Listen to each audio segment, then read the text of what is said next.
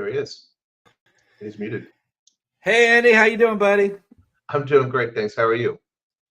Oh, living the dream, living the dream. I'm just doing that normal thing, sharing on social media that we're live and all that good stuff, and that's obviously a thing that takes a second to do. But Andy, it's been a couple weeks. How's your travels been? I know you've been kind of traveling around a little bit. How are you? I'm doing good. I went to Germany and Brazil over March and April for some work, and then San Francisco to visit some family, and I'm back and happy to be here. So I'll tell you this. Love to hear your perspective on this. Not that this is what the show's about, but I went to San Francisco a couple weeks ago as well. Actually, I guess a month ago. And I mean, granted, I was there midweek for like a little conference, but I feel like the whole city feels a lot different.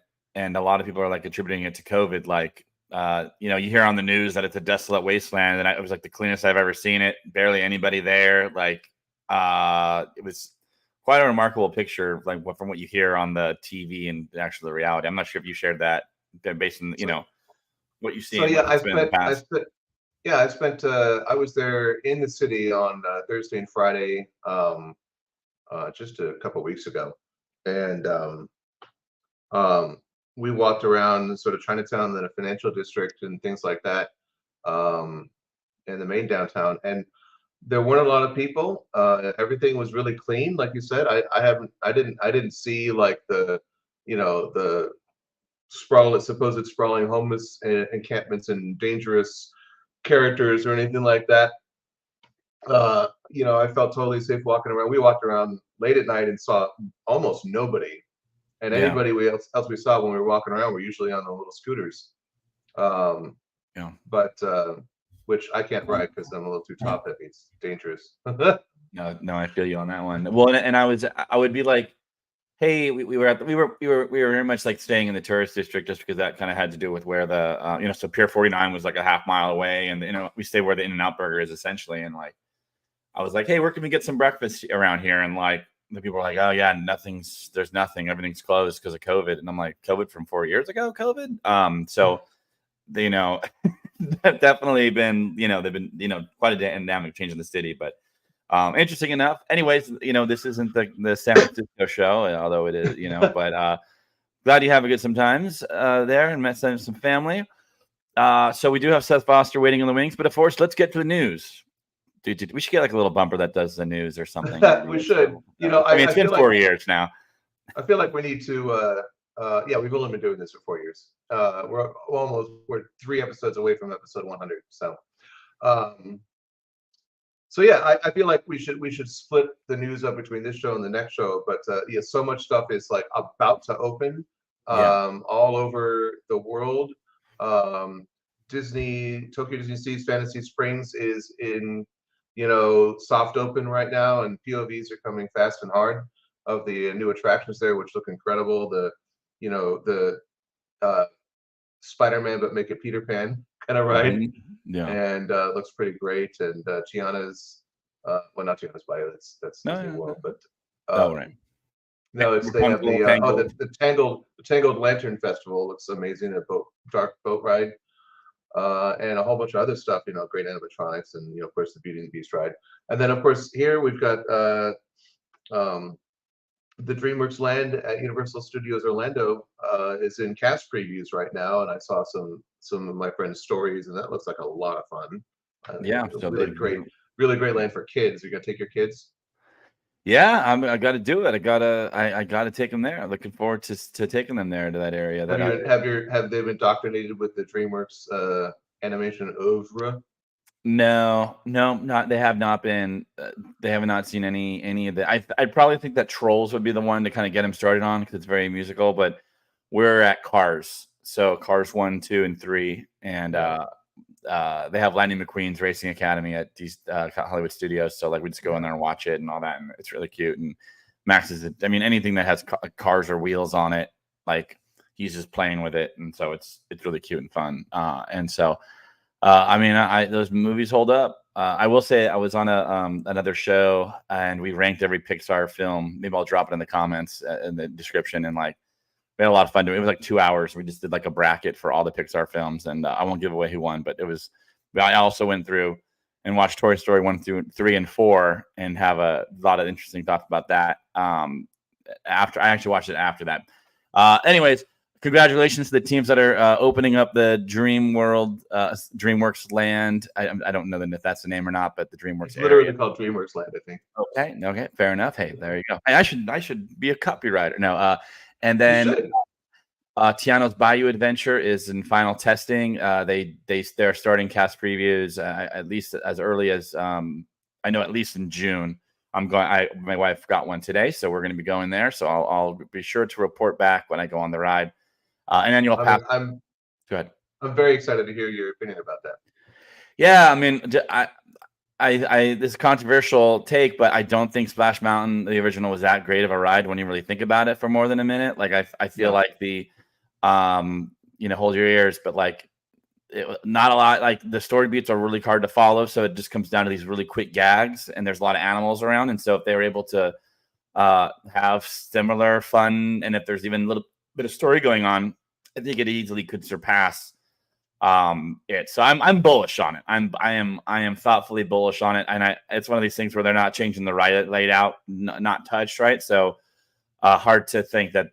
I think the ride layout itself is a lot of fun. The pictures of it coming out at night look really cool. Like, I don't know, any bioluminescent glowing stuff I'm a fan of. So, an impossible task to start off, but I am hearing positive things from, the peoples that are optimistic about it. So I'm excited to see it. And I'll give a full review probably next time we're on the air. I forget when we're on next, but I'll probably give a little review on that. And hey, maybe an invite out to the WDI team, of course. We'll come out and talk about it. I do know people are working on a project. Maybe we could try to take another Disney program out of the deal. And of course, DreamWorks Land, of course, if anybody from, Universal Disney's watching, we're always happy to talk about it in a nice, safe, friendly environment.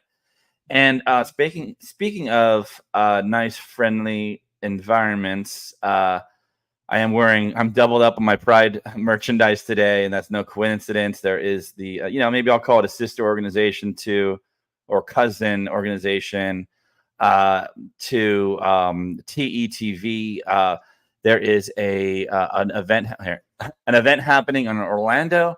It's a charity drag show at Hamburger Mary's. Seth, I hope you're coming to that, by the way. I will not forgive you if you're not there. No, it's okay if you're not there. But June 6th, Thursday at 6:30.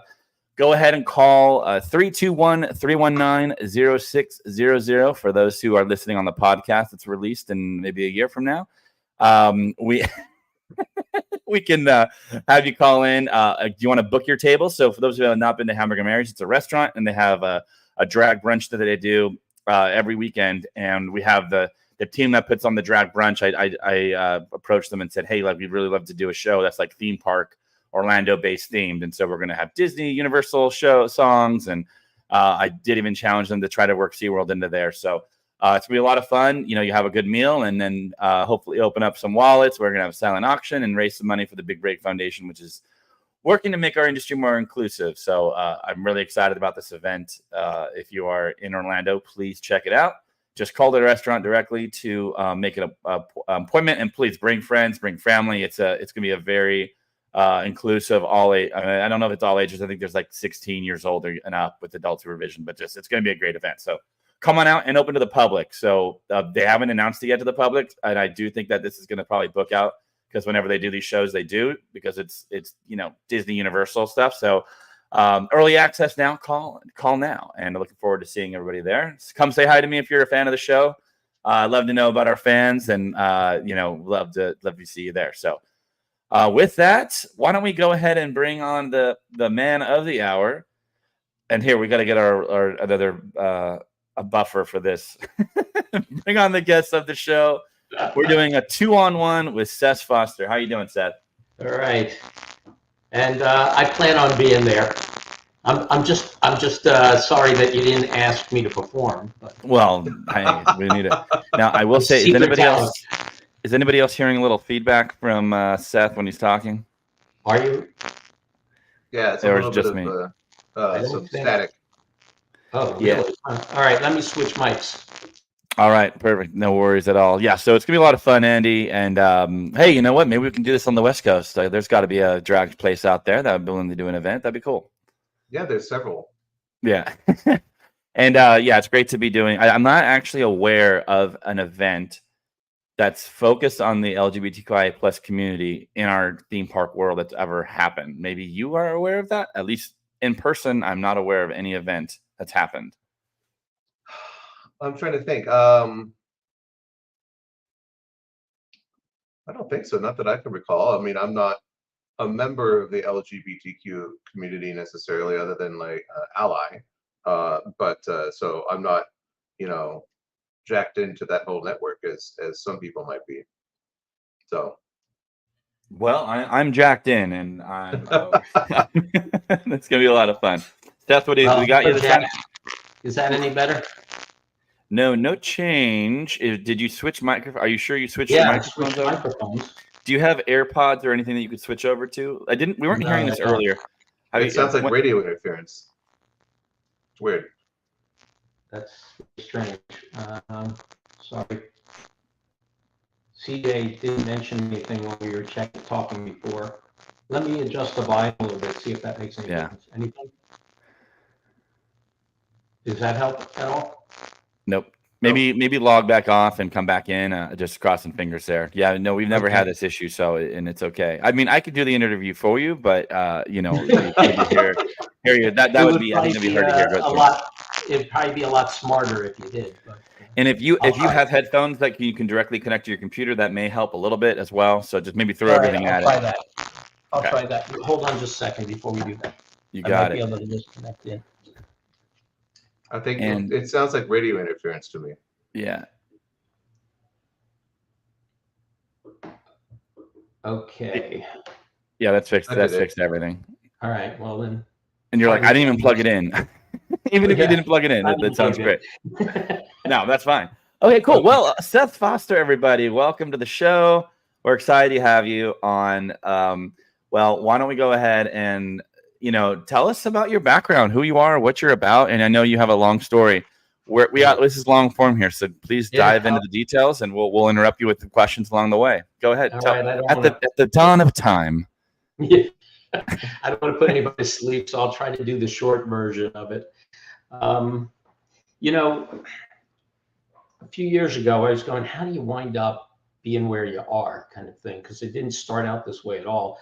I was pre-med when I went to college, and then decided that that's not really what I wanted to do. So I was pre-law, and then decided I didn't know for sure whether I wanted to do that. But and I kind of stumbled into it. A friend who's still a friend, Sandy. I was at a weekend, this was in Manhattan, a new school thing about game design, and a bunch of us that were there went out to lunch together.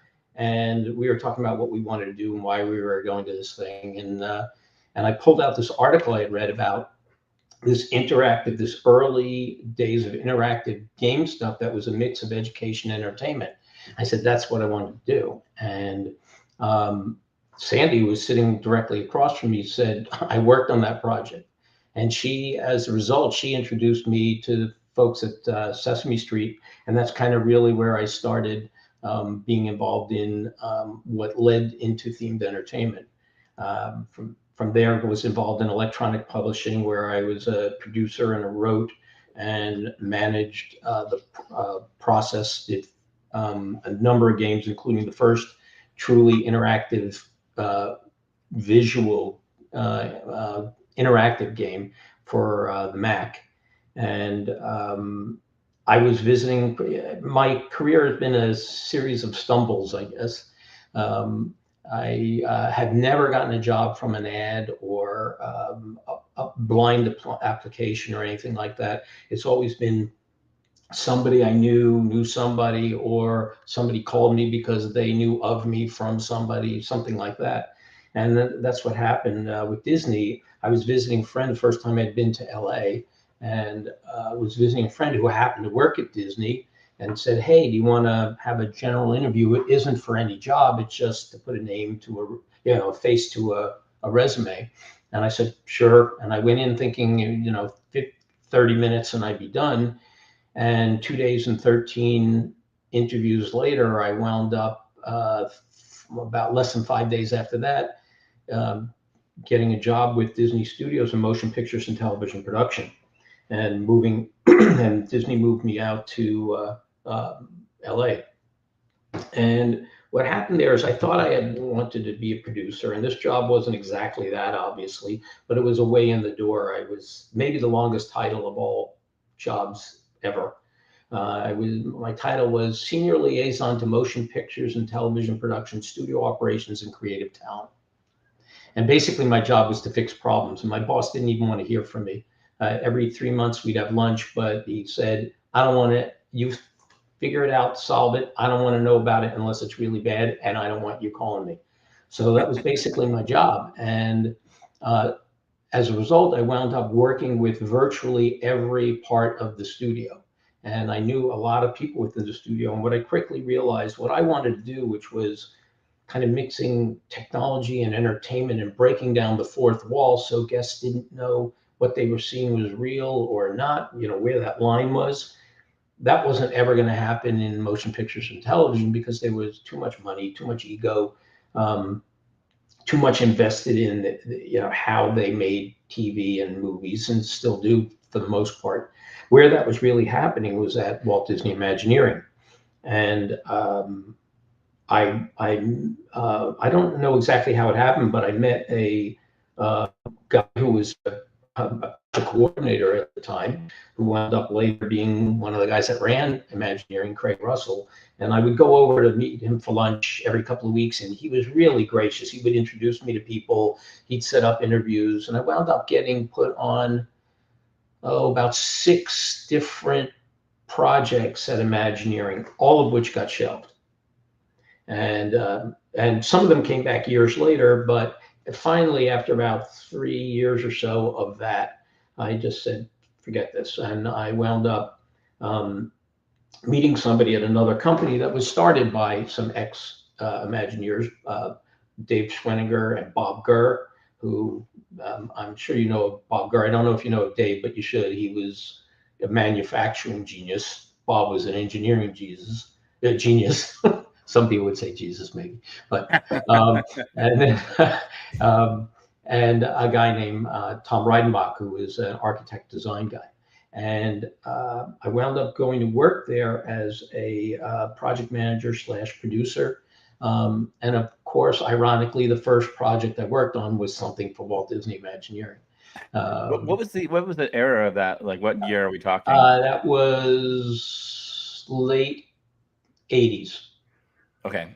And yeah, you both liberty to talk about that project for that was when what was called Euro Disney was actually being built at the time, because we had a number of projects there, and the first project I worked on actually was for Euro Disneyland, and we also did Kong for Universal down in Florida. We had done the one in LA. I wasn't part of that because that was before I'd gone to work at Sequoia Creative, but we did the Kongs that were in Florida, and I have a picture of me sitting cross-legged in Kong's mouth. He was that big, 52-foot arm span.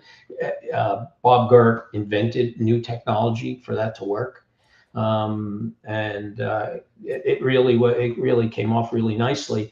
And what I learned out of that was, at the same time, Universal had been developing their own, what was called Universal Planning and Development at the time initially, which evolved into Universal Creative. And what I realized, at least for me, that it was a much better move to wind up being in a small company than it was in a large company. I used to say at Imagineering, they've got somebody that knows blue better than anybody else in the world. All 5,432 shades of it. Don't ask about red, because that's somebody sitting 3 cubicles away.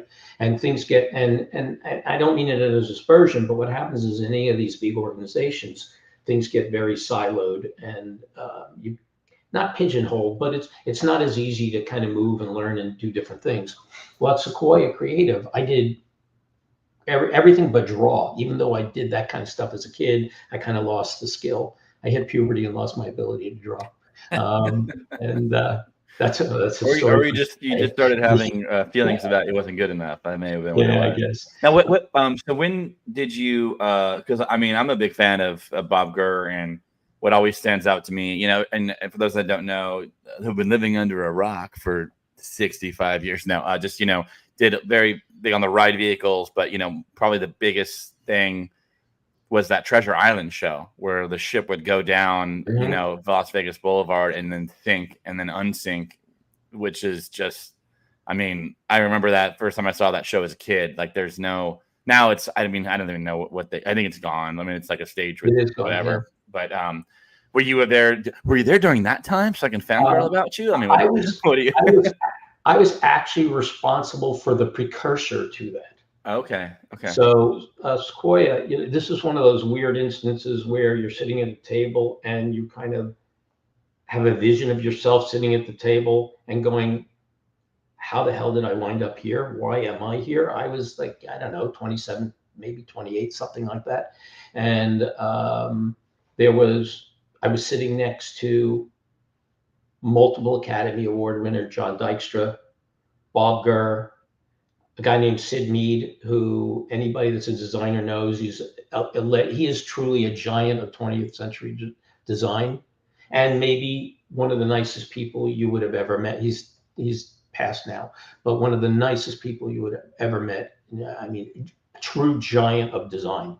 And I'm sitting at this table going, how the hell am I here? And I'm the one there looking to give them answers. We were hired by Steve Wynn to come up with an idea for a whole new thing that was actually going to feature Michael Jackson, believe it or not. And we did some high concept type of work, and then it went into hibernation for a while, and then it disappeared, and the space where it wound up becoming Treasure Island. So, gotcha. So I worked on a bunch of things, but what I was trying to get at is that in my almost 4 years at Sequoia, I did everything from project manage, produce. I did animation programming on animated figures that we did for Japan. I did site installation and supervision. I ran the creative studio. I managed it, I should say, under Dave, who was the president. I worked with the engineering team under Bob. I wound up getting involved in a lot of business development stuff because I was kind of managing the activities in the creative studio. A lot of times I would have to go into meetings with potential clients early on, because most of them came from other areas, were developers or owners of other kind of companies that wanted to invest in themed entertainment or what we now call location-based entertainment projects, but didn't really understand the language of it. So they would say things like, well, we want to come, and then and at the end, yeah, that's what we want. And that's almost verbatim one meeting I had. And That's you right. kind of have to take that and then translate that so that the design team kind of got a feel for what we were looking for, so that when we went back and pitched the concept, they would go, yeah, that's exactly what we want. And out of that, I wound up managing the creative studio and being responsible I wound up being the vice president of business development for them. So I kind of did a little bit of everything because we were a small company. And so I got the chance to jump into a lot of places. And one day I got a call from a guy who was the president of a company called ShowScan Entertainment, which was a large film format producer, very, very high quality resolution using a patented process. That was 60 frames per second. It was 15 per 70 millimeter for those people who are into that kind of thing, like IMAX, basically sized negative, or prints, but running it recorded at and played back at 60 frames a second, because at that rate, the optic nerve doesn't distinguish that it's not real. It's basically being provided information at the same rate that you perceive reality around you, or very close to it. And as a result, it looked like 3D into the picture because it looked like you're looking out a window. So if we put up Niagara Falls, it would look like Niagara Falls was right there. It was pretty phenomenal. And it was used in the first commercial entertainment simulation attraction that I'm aware of. I think it was the very first at CN Tower. And then from there, did expos, World's Fairs, things like that, theme park attractions, standalone attractions. Even up at Universal City Walk in LA, it was a Cinemania. That was a motion simulator attraction that ran for 3 or 4 years. This guy, Peter, called me up and he said, your name's popped up 3 times in the last 2 days. I figured I need to meet you. Can you come over to my office and have lunch? And I said, okay. And I went over and had lunch with him, and I wound up taking a job with them as director of European sales. It was opening up a whole new aspect for them. And I did that, wound up becoming vice president of worldwide sales and marketing for them. Where it was basically predominantly sales, but it was also some of the creative development in terms of the film production side. I got involved a little bit with that, and was on the executive committee of the company as well, like the senior management team. Left there really mainly for personal reasons, to move back closer to family. My family is all on the East Coast. My wife is English, and she's now American, but she was born in England, and all her family is over there.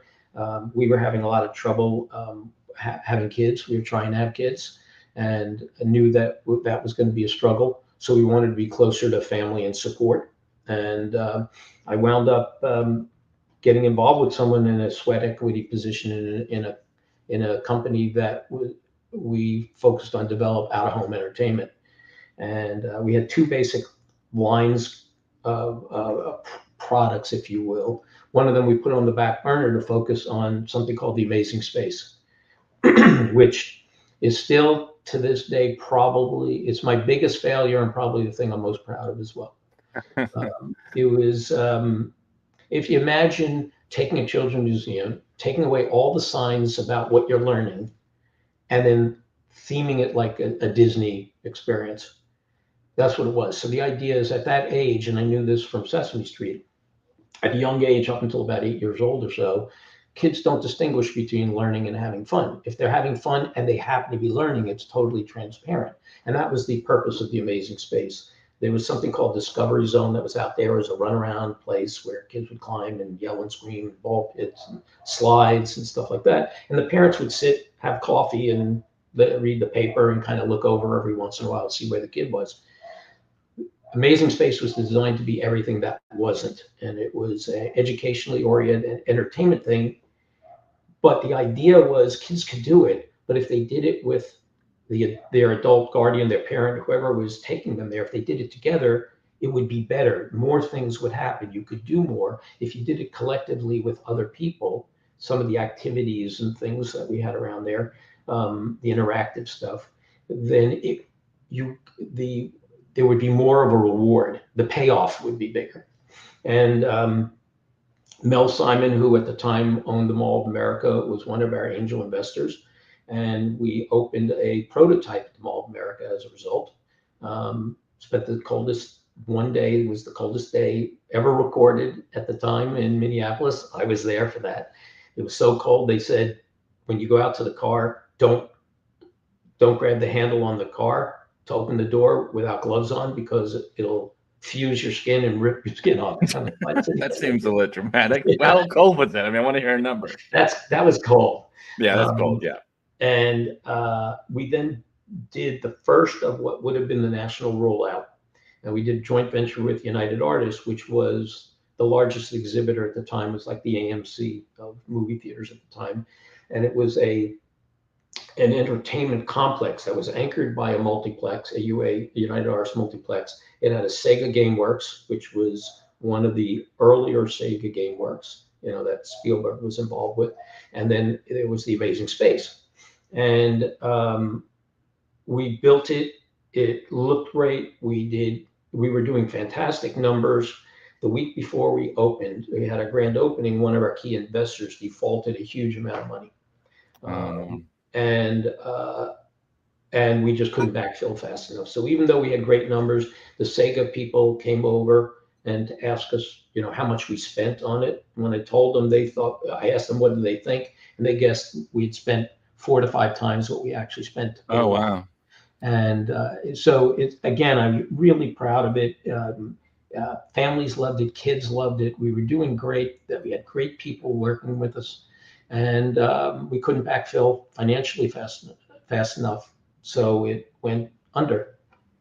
And I was sitting there in the office trying to figure out what I was going to do, because I had gone, and I'm not independently wealthy, and I had gone 14 months without drawing a salary, living in, at the time, the most expensive place in the United States to live, Greenwich, Connecticut, which is where our headquarters were, right next to it in Stamford.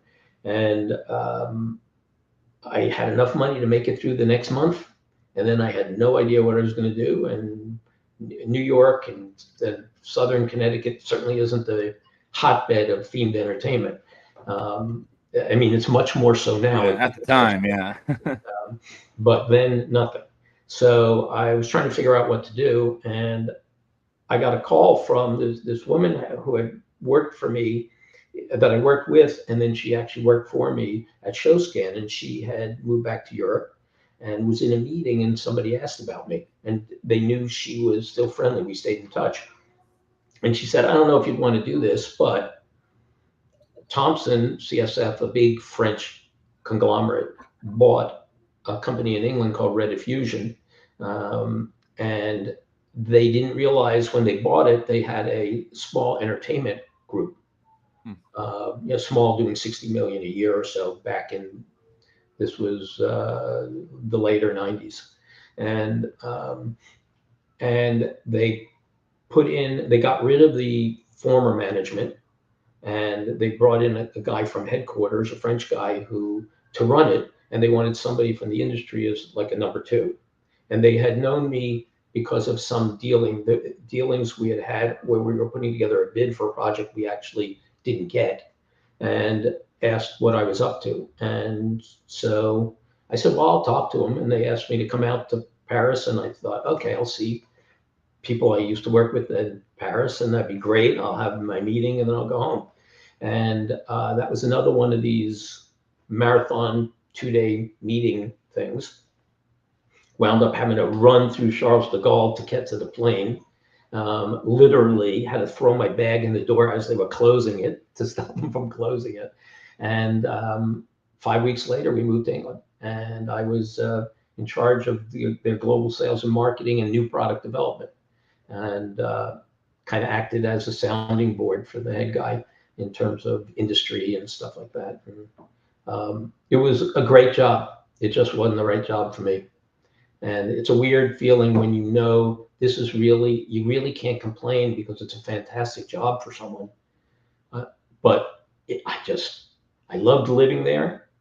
We were able to have my daughter in part because we were living there. But the job was just not the right job for me. And then I wound up talking to some people I knew, saying, I had talked to some people in the UK. It wasn't quite as developed an industry as it is now, and nothing really panned out. And then somebody that I knew called and said, we got acquired by Vekoma, and they're creating this thing called Quest Entertainment, and we're the think tank based in Orlando, and you want to come and help me run it. And so that's what happened. And I came back. I was the chief operating officer, overseeing sales and projects for ShowQuest Studios, which was part of this Soup to Nuts group. Last job, we moved to Orlando. My daughter was 3 months old, for the last job I was ever going to have. And that was like 8 or 9 jobs ago. Yeah. 90, we're talking early 99. 2000s. It was right before my daughter was 3 months old. So it was June of 99. And so we moved to Orlando, and the last job I was ever going to have lasted exactly 11 months to the day. You really, I mean, you really know how to blow through these companies. Oh yeah, it's amazing. It's funny. We both worked at Universal at the same time. Then I did the music for the Men in Black ride during that time. So anyway, so kind of to speed this up because I can hear snoring remotely. Maybe that's just my wife. No worries. Is she watching? Is she in the room with you now? Probably not. So she lived all this. She doesn't need to hear it again. Yeah, I lived it. Yeah. So after that blew up, I wound up doing some consulting for a while. And I wound up, it was after 9/11, it was kind of hard to get a job in the industry. And I wound up doing some consulting, actually did some work for a woman who I had worked with at ShowQuest, who started her own company for a while. And she's now, and has been for quite a while, the chief creative officer at Hershon, Merrill Puckett Miller. Back when she was Merrill Puckett. And we had we still have a good friendly relationship. I don't get to see her very often, but she wound up hiring me to do some writing because I did a lot of writing. I did a lot of writing at ShowQuest. I did writing at Disney. I wrote a TV show that they produced internationally, but at the studio. But I wound up getting involved in medical services company as a chief operating officer because I built a strategy plan for her. She was doing brand identity and strategy and stuff like that. I wrote the strategy. The guy said to Merrill, I love this. I want to hire you to do this. And she said, first of all, I don't want to work for anybody. And second of all, I didn't write that. You need to talk to Seth. And that's how I wound up there. Kind of did that for a while, then got, I'm speeding ahead. I wound up getting drawn back into the themed entertainment side of things by another old friend who, Bob Shreve. I don't know if you ever talked to him. He was at Universal for a long time, at Disney, fantastic guy. And he actually taught at SCAD for a while. And came back to work on the Universal Dubai project, which never really got past a very deep, I'd call it like concept. Universal would call it concept, but it was more like 30% schematic type. And then after 2008, the financial crisis, at one point there were 6 major theme parks going into Dubai, into the Emirates, I should say. And they all, one after another, kind of got canned. And I remember talking to a friend going, I can't believe I finally picked the one that's going to happen. And it did through 2009. We kept going, and then they put it on the back burner. And I wound up going to Singapore for a few months to help with the SAT testing for Universal, came back, and they shut the project down. So may I ask a quick question for you? Well, just an interesting anecdote, like a lot of those Dubai projects that we're actually now kind of seeing actually come, and now they're starting to open up, and a couple of them opened up. It was attached to the price of oil, and this oil tanked after that time. But that's kind of a side note. This is when you started to get more into like the Universal experience, and that's when you probably hit like a bigger company, at least on the location-based industry side. So I kind of wanted to throw back to you. I mean, your career is so diverse leading up to that.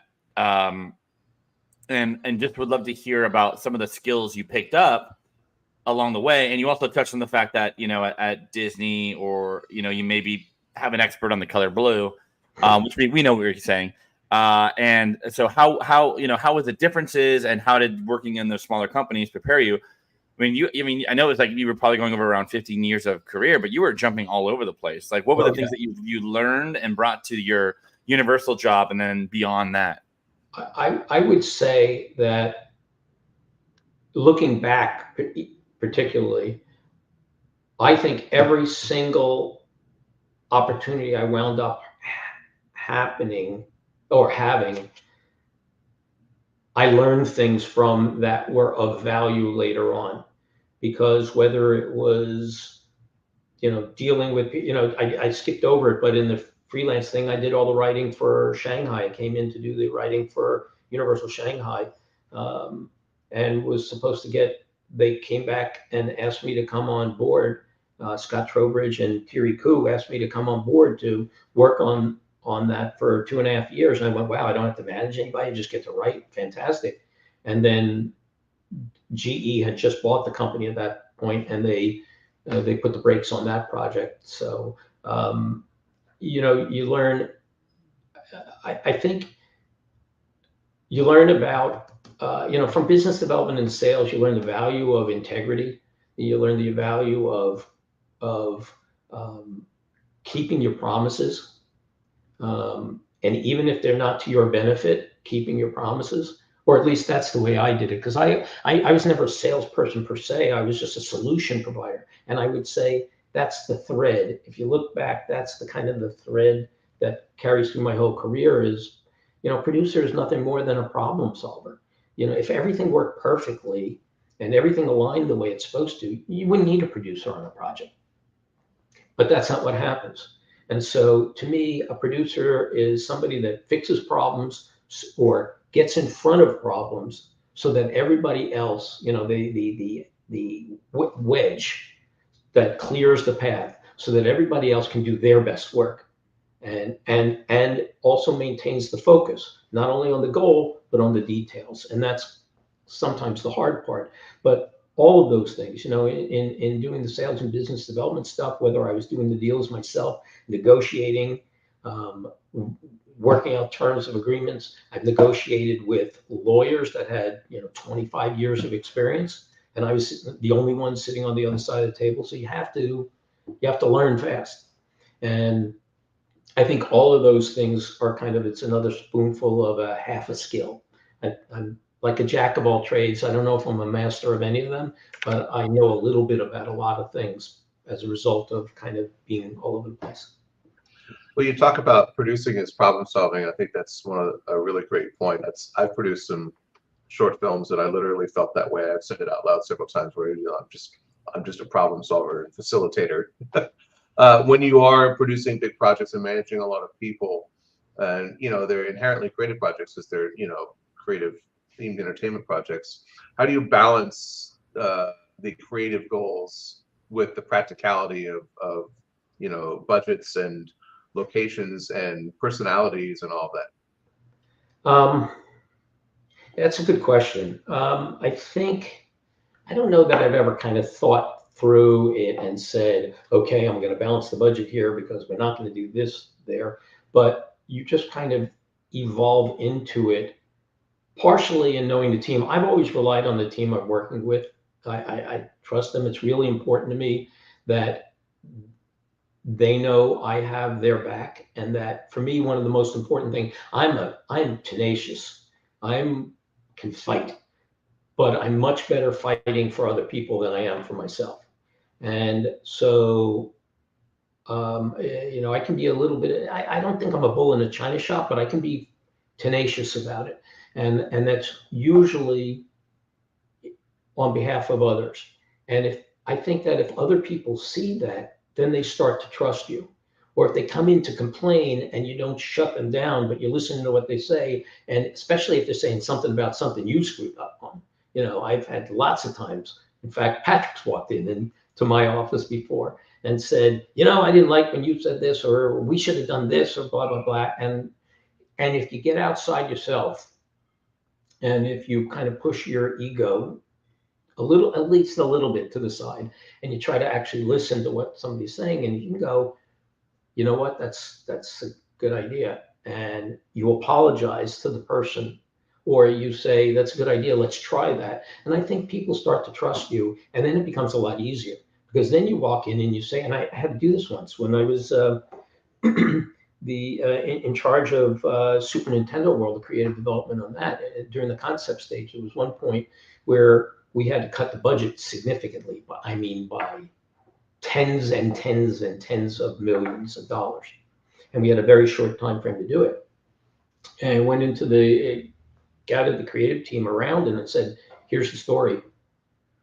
What can we do here? What if we do? And we're throwing out some ideas around. And then I kind of just, I kind of planted the seeds, and I had a few ideas, one of which worked, two of them didn't. But you throw things out there, and that starts the conversation going, or starts the people thinking, and they're in it because they're part of the solution. They're not just being thrown, draw a picture of the moon. It's what do we need to draw a picture of? And then somebody says, well, what if we did the moon? That's it. And if you're part of the solution, it's a lot easier to get there if you allow other people to be part of the solution rather than dictate it. Now, did you suggest cut the Mario Kart ride? No, that's the flagship. I'm just trying to think if anybody ever did. Not that I'm aware of, but it was definitely the problem child. Yeah, I was gonna ask. You were kind of said it like you ask a question even though you know the answer to it. And I've done that on several occasions when I've had a creative team and I've had some ideas myself. It's like one of those things of like, never. This sounds a little weird, and I probably don't like this leadership style, but like, never ask a question you don't know the answer to. It's like you should probably have some solutions, but trying to get a better solution or to jive with it, that makes sense. I think if you're a lawyer in the court, that's exactly right. Never ask a question that you don't know the answer to. But I think that sometimes you don't need to know the answer again, being a producer, you got to look at the forest and you also have to look at the trees. So if you know where you need to get to, you can frame things up sometimes without the solution, but frame things up so that whoever comes up with the right solution, and usually it's a collaborative thing where people pile on and ultimately you get there, you're driving it in the right direction from the get-go. It makes me think of a time years ago. I remember sitting at my desk going, I cannot believe I get paid to do this job. Yeah. This is amazing. They actually pay me to do this. And about 5 hours later, I was sitting in that same desk going, I can't believe this is all they pay me to do this job. So, that's what happens sometimes. Sometimes it is just magic. And other times it's hell, but you got to kind of push through it, and other people are relying on you, and you can't let them see you sweat, especially if you are in a position of responsibility. Again, I call it the producer, but part of being in charge of anything, I think, is making the people feel safe in that, it's scary and people know if things are going wrong or whatever, but you have to do your best as the person in charge to make them feel safe, that you've got their back, that you're going to take the bullet before they're going to have to. And a couple of times that's actually happened. So yeah, well, we did. Right? I did kind of cut you off mid-career, so okay, I'll get fast forward through it. No. I want to just cut to this because, like, you have your store pants side. I got the wide angle shot. You got your store pants side. Spider-Man one is over here. So Spider-Man, why don't you just like maybe take a few more minutes just to kind of tell us a bit more about your career? Because we kind of left you've hinted about your. Just be aware, you might be talking about projects that may not be public, so make sure you're careful about that. Yeah. And then, but yeah, store pants and your journey of the universe. Obviously, Nintendo's public, and then go through it a little bit more, and then we have just a few more questions for you. Sure. So after Dubai, I wound up doing some other things and working with some other companies here in the Orlando area, and was consulting, and Universal Creative called me up and asked me if I would come in to help them with the project. And of course, if any of you have been through that, you don't know what the project is until you have already said yes. And it turned out it was Spider-Man. And Thierry called me because he knew me. And I really felt honored by that, because that was the attraction that really launched his career in the big leagues. And I was responsible for getting the reboot done. And I knew that was a big deal to him. And the fact that he and Eric Barr had asked me to do that meant a lot to me. And I did it. And at the same time, or overlapping, did the SpongeBob StorePants store, which was supposed to have a whole show in it until RevOps kind of killed that idea. They were afraid that people would stand around watching the show and not buying stuff.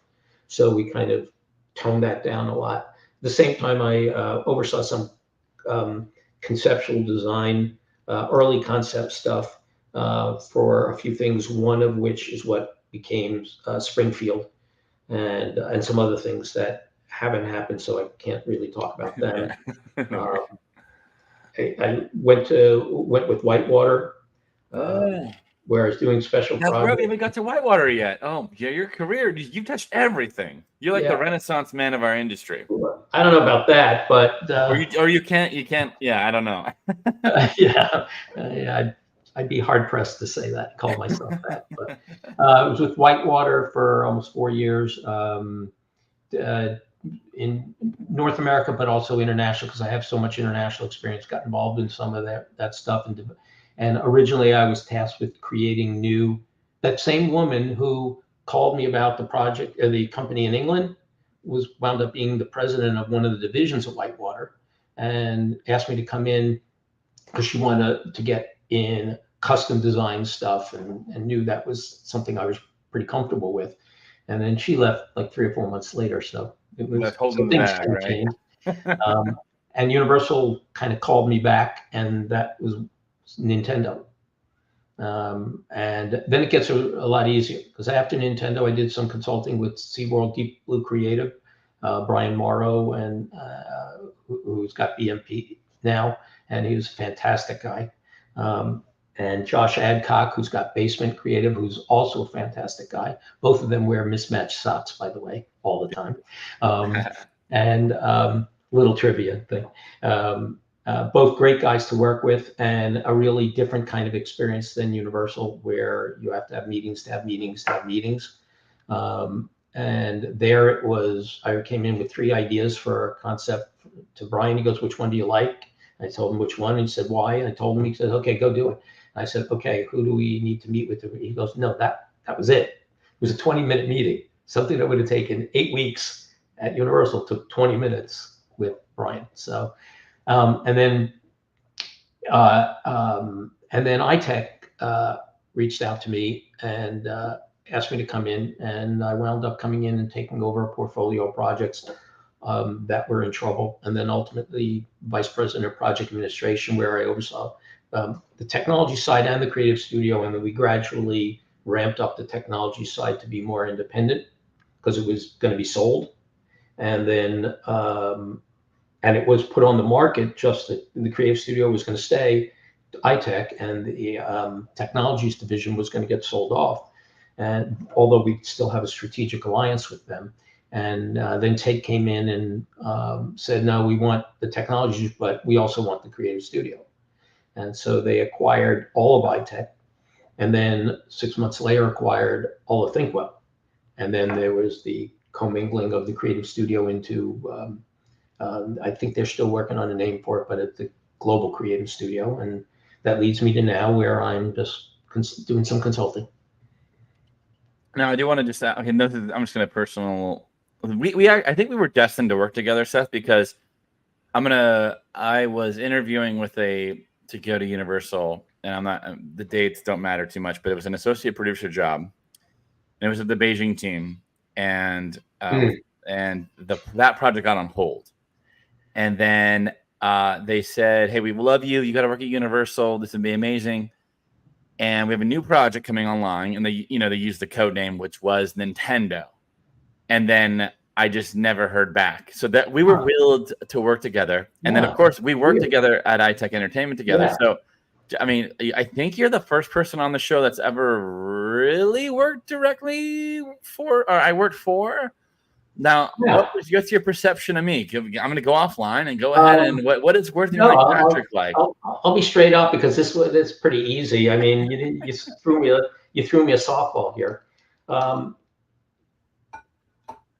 You're a really smart guy, very driven, had some really interesting ideas. You were a project coordinator when you were working for me, but you made it really clear that what you wanted to do was right, and be more involved on the creative development side than the project management side. And I think we tried to do that a few times. I don't remember if you ever actually wrote anything. No, I did. Yeah, I did. You guys let me write a few different things. Quite a few different things. Yeah. I knew that you did for a few things. I don't know whether we ever went through with any of it. But that's a good example of, I'm not. I didn't think we'd be well served if you didn't get to do what you really wanted to do, because that's something that's real. You bring up something. Oh, what I would say, the thing that was a little weird about you is you would come in every morning and we'd check in, for 5 minutes every morning, 10 minutes sometimes, 15 if we were bullshitting. And you were typing on your phone. Your thumbs were going like this. Okay. And I kept going, is he like instant, is he iMessaging somebody while we're talking through this?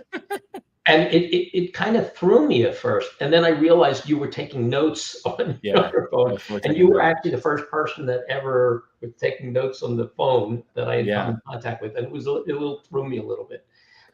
But yeah, no, you were great. You were honest. I really appreciated that. If you were pissed off about something, I felt good that you felt okay to come in and be pissed off. Yeah. Well, and the things that I was annoyed with are just such that it was almost like weird political nonsense. So we won't get into it. Sometimes, who knows? It would be it was just some like bizarre things that were part of that culture. But I think that that speaks to something that is really important to me, which.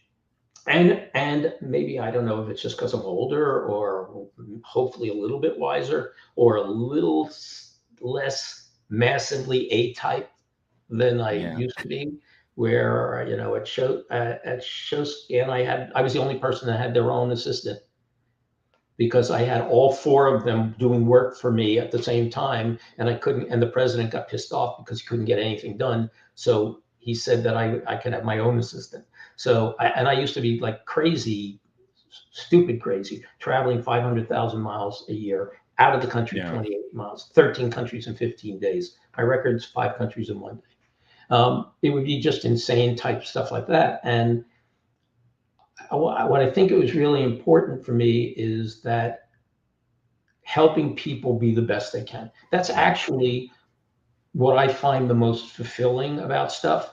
And I'm not trying to blow smoke. I mean, I really honestly think that's the stuff that gives me the greatest joy. When I see somebody doing great or doing things they really want to do, especially if I've been able to help make that happen.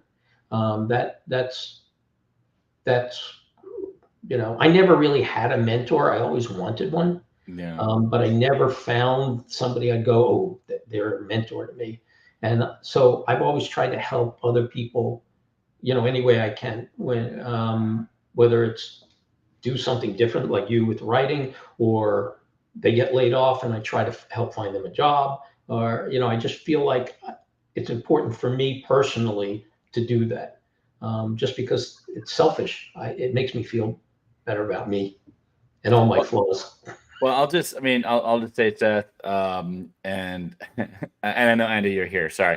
We're just like, it's me and Seth having drinks and we're just chatting at the bar. No, you were a really amazing boss. I mean, and I think what I saw most about you was your work ethic. Like, we were there at 7 a.m. on these calls with the other side of the world. We were there, and you were there till late too. You got there early, left late, and it was my first time in a real design studio that had to be a business, because I was at Nickelodeon prior and I was at SeaWorld prior. Mm-hmm. And then the reason why I left was I went to Nickelodeon to be in a real an established creative position and enjoyed that. But no, it was a joy, and you were very well respected, and you just brought a lot of knowledge. And somehow I had not heard the whole story of all the different million companies that you'd work with until today's episode, right? Because it's hard to remember. Left you out. Yeah, I know. I was going to say you probably did. And you've talked about developing your team. And I know we're kind of a little bit long here. Maybe I'll just jump to our last question, because you've I'm just reading Andy's comment over here. Andy, why don't you take us away with the last, or could be the last question for the show, which I think would be a good one, number 10 on our list of 10 questions with Seth. I'm gonna ask question number 9 too, because I really cool. Go ahead. Yeah, go ahead. So, given the fact that you've worked for literally everybody over almost the entire development period of themed entertainment. I'd love to know your thoughts on current and future trends in themed entertainment and themed experiences. Well, Where do you think things are heading? Well, I think things are heading towards consolidation, clearly. I mean, Tate acquiring iTech and ThinkWell, RWS acquiring JRA, what is it, Sensei acquiring Forek. I think there's a lot of people that started companies years and years ago, and they're looking for their exit strategy now. It's, they want to go fishing or do what they've never had time to do because they were too busy running companies. And so I think you're going to see consolidation like that. If you had asked me 6 months ago, I would have said Epic is probably the last big park we're going to see for a while. But now Disney's coming back at, both barrels. We'll see what they actually do, but I can't believe they're not going to do something. So I think there's still going to be opportunities. I'm concerned that there are a lot of younger people that aren't kind of getting the experience that really kind of helps create a long-term career or gives them the knowledge base to apply things. You were talking earlier about, when you learn, well, you learn little bits from all of those and they all inform each other. Dealing with sales and negotiation helped me manage a team because I was dealing with people and personalities and had to try to figure out what was really going on. Sometimes same kind of thing. And, an architect design friend of mine once said that his daughter was in school, architecture school, and didn't draw freehand. And it drove him nuts. Because he goes, how do you know how to design if you can't draw? And, because that's the way it was always done. Now everything's on the computer, but it's not quite the same thing. And, I hear from people that are working on some of the big projects out there that there are a lot of young people coming in and think they should be, made managers and executive producers and whatever, and they have 6 months of experience. And it's unfortunate if they think things need to move that quickly because they're losing out on, just enjoying what they're doing, learning everything they can, and being a sponge. So I think, I don't know how that's all going to play out, but I think that, more and more, I think location-based entertainment opportunities are going to spread into more mainstreams. We've been seeing it for several years, but I think there's going to be more of that. Somebody's going to figure out how to repurpose some of these mall locations. And I'm sure that themed entertainment, location-based entertainment, theming and storytelling has a place in it. We're a storytelling species. There's something that emotionally resonates with us. And that's why there needs to be a story there, even if people don't understand what the story is, because they innately get it. You don't need to know the story of Pirates of the Caribbean to understand there's a story there, and that's why the whole thing makes sense. So subconsciously, at the very least. So I think there's value in that. And as developers and investors see, you can make more money by giving a better quality experience, there'll be more opportunity for that. And you're seeing that in resorts, you're seeing that in museums, where they're battling for the same sliver of time that's available. So I think there's going to be more and more of that. And it's, we've been thinking it's been going to go that way for the last 10 years or so. But I think we're really getting to the point now where technology's advanced enough that things can be implemented in ways that couldn't before, that make those more viable. It's interesting because you mentioned malls, and this is my idea. I'm going to pitch you an idea for malls. I think that malls, several of them, they should become indoor water parks. I wouldn't be surprised if somebody hasn't already done that, but people like 555, American Dream, they've got an indoor water park. There are a number of indoor water parks. All the Great Wolf Lodges have indoor water parks, but that might be a great application for it.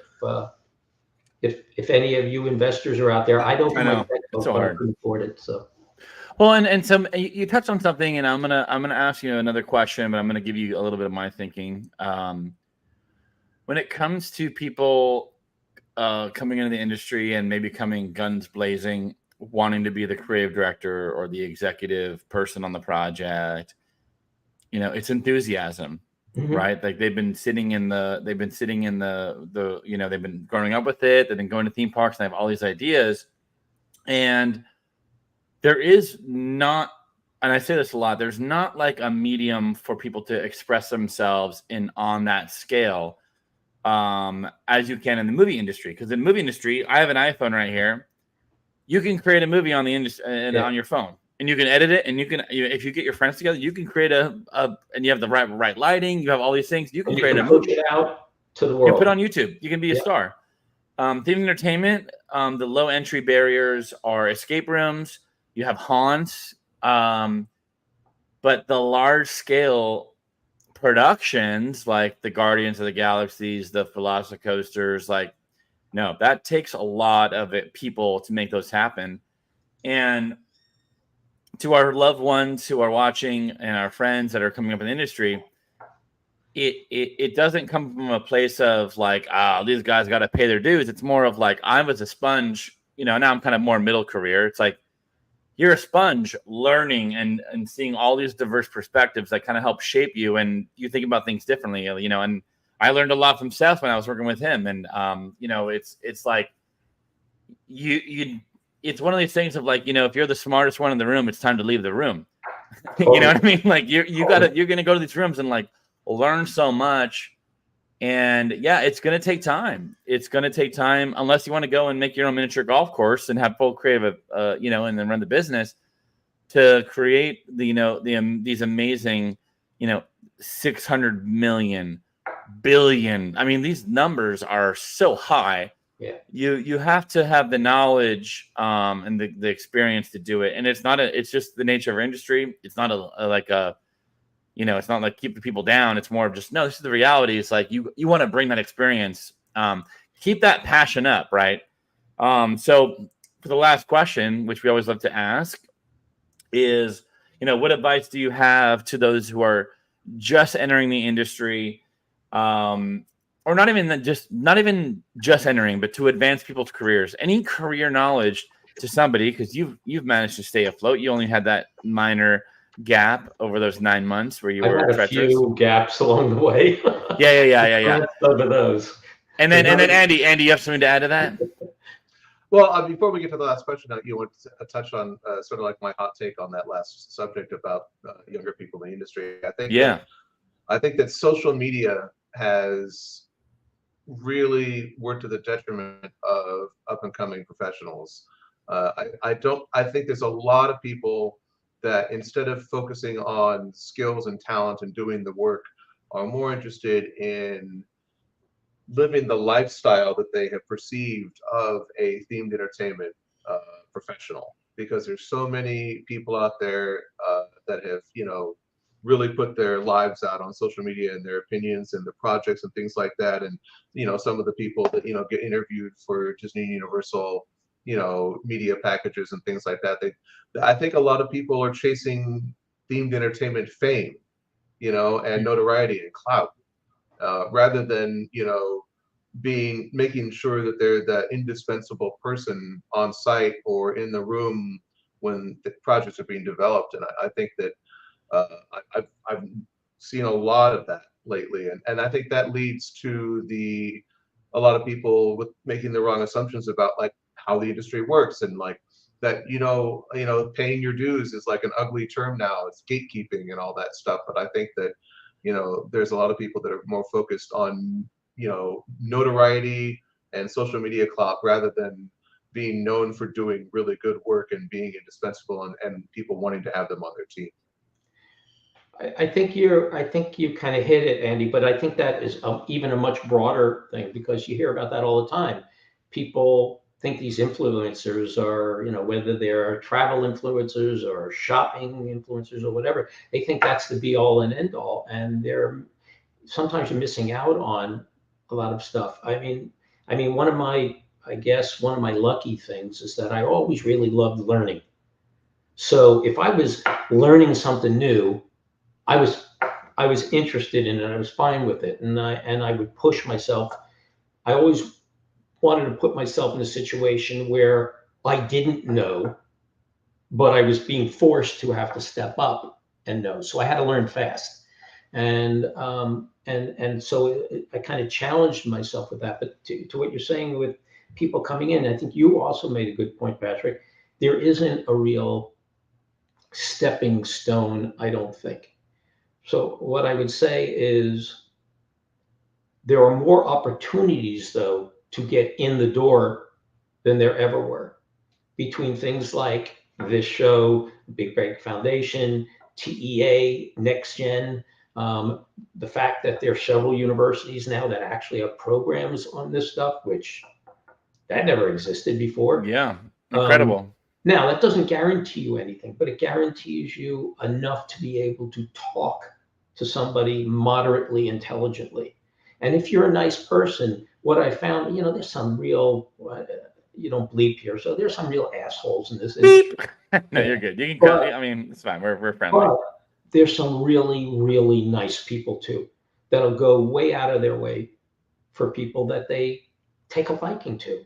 And so, you have to you have to meet people in order for them to like you. That was one of the problems with COVID for me, is that the young people, I'm like, how are you going to get mentored if you're never in front Right. of anybody? If somebody can't look over your shoulder and go, if you move that over to the left there, all of a sudden the flow works and that kind of interaction, and they see you and go, wow, that's a great idea. Why don't you try this to help you grow? And that's what mentoring is. And it's hard when everybody's remote. That's kind of difficult. It's difficult to you can't manufacture it. It has to be kind of organic to a certain degree. And I would say that to young people, put yourself in the position.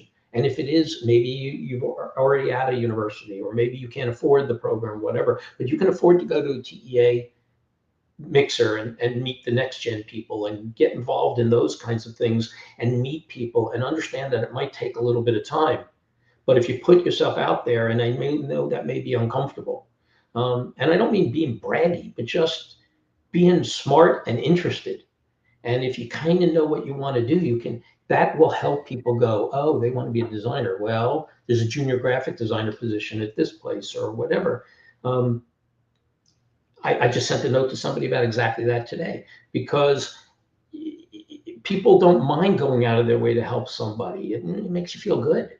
And I think there are a lot of good people in the industry that will go out of their way for people if they like you, if they think you're smart, if they think you'll do a good job, and you won't let it's if I recommend somebody, it's my reputation.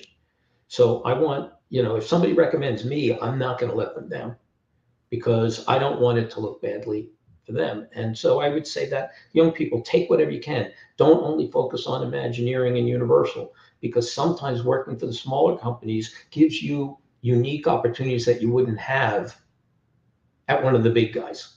Not that it's bad, great projects, but big teams. So, working at small companies, you get to maybe check in on a lot of different areas. And as a result, you may find you like something different than what you came in there going for. I want to, yeah, I mean, it's an interesting thought. And I would just like to, ask this question to you, which is to say, we have people coming out of colleges. I mean, everything's changed, right? You have these programs that are there and they're coming out and all that. Like, what do you think makes a good fresh employee at a company, like the intern or the coordinator and all that? Like, if they get those jobs, and then I'm gonna ask you another question after that, and I'm sure Andy has a couple more. But no, okay. You shaking his head. What do you think makes that person that you think can advance and mentor? Being having the right attitude, caring about what they're doing, being kind, and I mean that in a different way than being nice. I think being kind is the best thing anybody can do. A lot of people are nice. Not a lot of people are kind. And when I see that in somebody, when they do something for somebody that they didn't need to, or they didn't think anybody saw them do. That kind of resonates with me. Caring about, being thorough, caring about what it is, not being afraid to ask questions, not being afraid to appear stupid.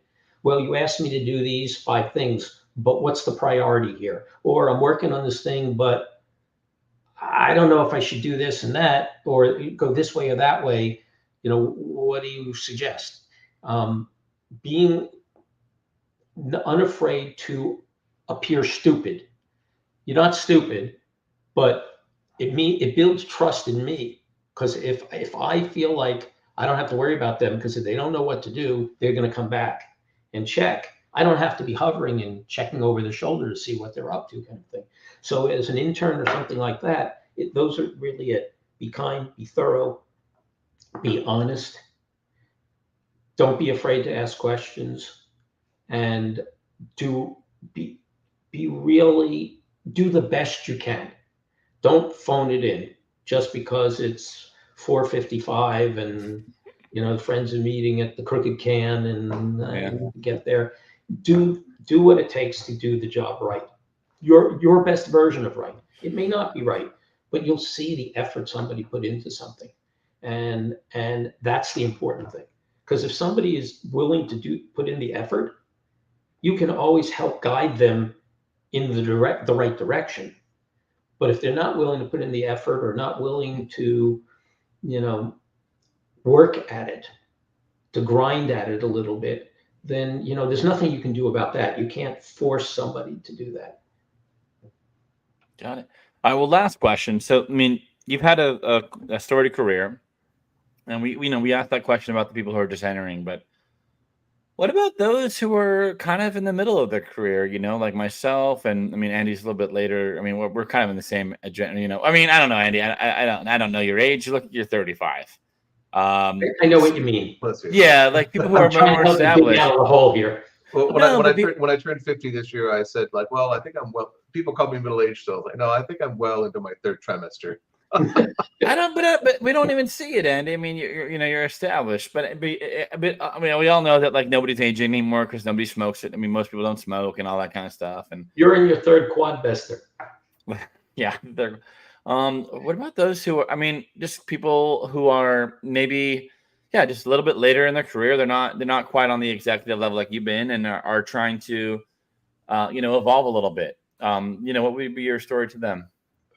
You know what? It wouldn't be far off from that, because if you think about it, being thorough, being kind, being unafraid to ask questions, all those things are the same things any time in your career. I think as you are further along in the career, I think it starts to become more important to look at what you want to really do.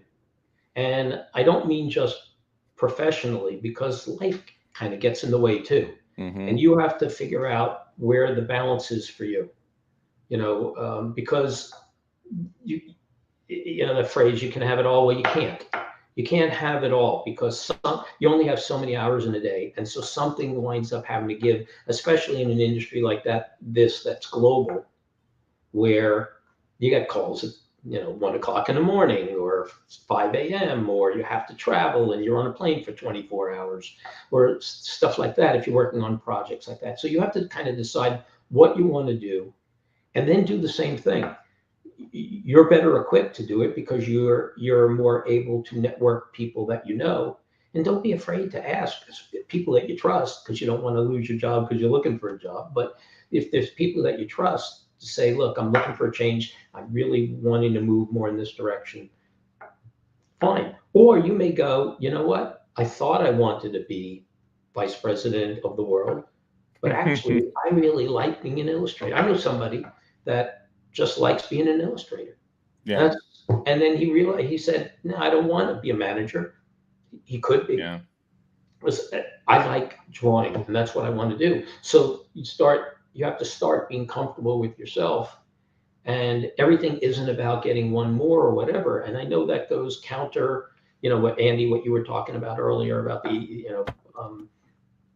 all the social media type influencers and everything else. It's always about getting more, being bigger, getting that Rolls Royce and riding on your own jet, Gulfstream. But it isn't always that.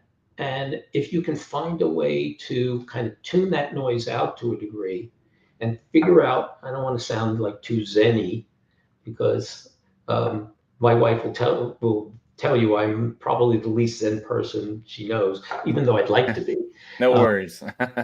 If you can find what's really important and then focus on that, it's amazing if you can really figure it out. It's amazing what actually can happen. It's kind of like vision boards and stuff like that. I honestly think there's some truth to that. You don't have to have a vision board if you have a vision mindset about it. And I think you can create, to a certain degree, you can create your own future. Quick point on that. When I moved to Orlando, I read How to Influence and Influence People by Dale Carnegie. Yeah. And I wrote them all on little Post-it notes and put them on my fridge. And then Andy, you commented on like a Instagram or a Facebook or a Twitter post of like, you look like this is like a prop department's fridge. Do you remember that, Andy? I mean, I'm gonna put you on the spot here. No, but you totally did that. Okay, yeah, that was a fun memory. That was before TeTV. This is like 10 years ago. I remember maybe a little bit more than that. But Seth, this has been a lot of fun. We really appreciate your time to come on and delve into it. Based on your storied career, I'm sure we could dive into a million topics. We just kind of touch the surface of it. We appreciate it. We're gonna wrap up we're gonna wrap up the show here. I'm just gonna, and then Seth, stay on. We're gonna go in the green room after this. Okay. I do want to remind everybody, if you are in Orlando, Florida, please come out on sorry, Seth, you're covered up. June 6th to Hamburger Mary's for the Dragland show. That's going to be a lot of fun. It's going to be a drag show in benefit of the Big Break Foundation, which, of course, does a lot of work with inclusion and diversity in our industry, which are core values to our network. And, I mean, it just kind of takes me back to those early days at this, Andy, like when we started off trying to bring conversations out there. It's going to be a lot of fun. Come on out. Just call the number 321-319-0600. Call fast. Get your friends. Reserve a table. It's you're going to have dinner, and then we're going to have a show, and then I'm going to walk around and beg you for money. Come hang out and say hello to me. We appreciate that. Like and subscribe our network. I think the best viewing experience for us is on YouTube. We stream on X, Twitch, Facebook, but come ahead and make sure you follow us on YouTube. We have thousands of subscribers. We appreciate you all for doing that. And we have a lot of shows coming up next. We're going to have live formations on. We rescheduled the OA experiences. I apologize for that. Andy was traveling and I got sick. I couldn't do the show last week. And then we have a lot more guests that are coming up. And of course, if you want to be a guest on this show, I mean, we're easy here. Comment and say, hey, I'll come on and talk. We do a little bit of vetting. But we'd also love to hear who wants to chat a little bit. Not a very stringent vetting, obviously. So, well, I mean, Seth. I mean, how many rings do you have? You know, I mean, you have a lot of rings on your. If we were to cut you down a tree, yeah, you're very storied, and it's always fun to chat with you. And maybe we should. And I know you a drink for all this, so we'll do that. But everyone, thank you so much for joining us. We're gonna be back in a couple weeks. And any last words? I just want to thank Beth for coming on the show. And truly, even with somebody at my advanced age in my geriatric millennial. No, you Gen Z? I don't even know. I don't know. Since I'm older than him, that's not making me special. No. I'm just kidding. No, I mean, I found your story and your advice really inspiring, and I appreciate you coming on. And the advice to find the thing that's most important to you has come at a great time for me, and I really appreciate that. Thank you. Can I just say a quick thing and a thank you? Yes, of course. First of all, besides thanking you guys for making it really easy, I wanted to thank CJ, who's kind of behind the scenes, but he was all over it, and it was a pleasure in setting this all up, and I really appreciate it and made it absolutely a breeze. So anybody else out there, they make it really easy for you. Yeah. Yes, our producers CJ and Charlie are fantastic at what they do. And the second thing is, and and it's really to go to what you were asking me about before, the advice. Even if you have to trick yourself into it, make it so you have no other choice. I used to have a mental image of, in the movies where there'd be a guy and the natives in Africa chasing you with spears, and it's a rope bridge, and you come across and they cut the rope and it starts swinging down. You have to get to the other side. That's how I felt about things sometimes, especially when I was unemployed. I had to get to the other side. I didn't have a choice. And so when you don't have a choice, somehow you find a way to get it done. And sometimes you just have to play mental games with yourself to create that. You don't have a choice, but this is what you have to do. And again, you can, not to get too airy-fairy, but you can manifest things as a result of that. You can put yourself in situations that lead to things just because you don't have any other choice. Yeah, love it. But with that, thank you for joining us on the 96th. Can you believe it? Andy, 96th episode. Oh, I was so close. 96. I mean, we got to do something for the 100th. We'll be like in July. Maybe we got to do something fun for that 100th episode. Spectacular. Seth Foster. We should go live from a water park. You should just do the drinking thing like, Seth Meyers does. Keep drinking.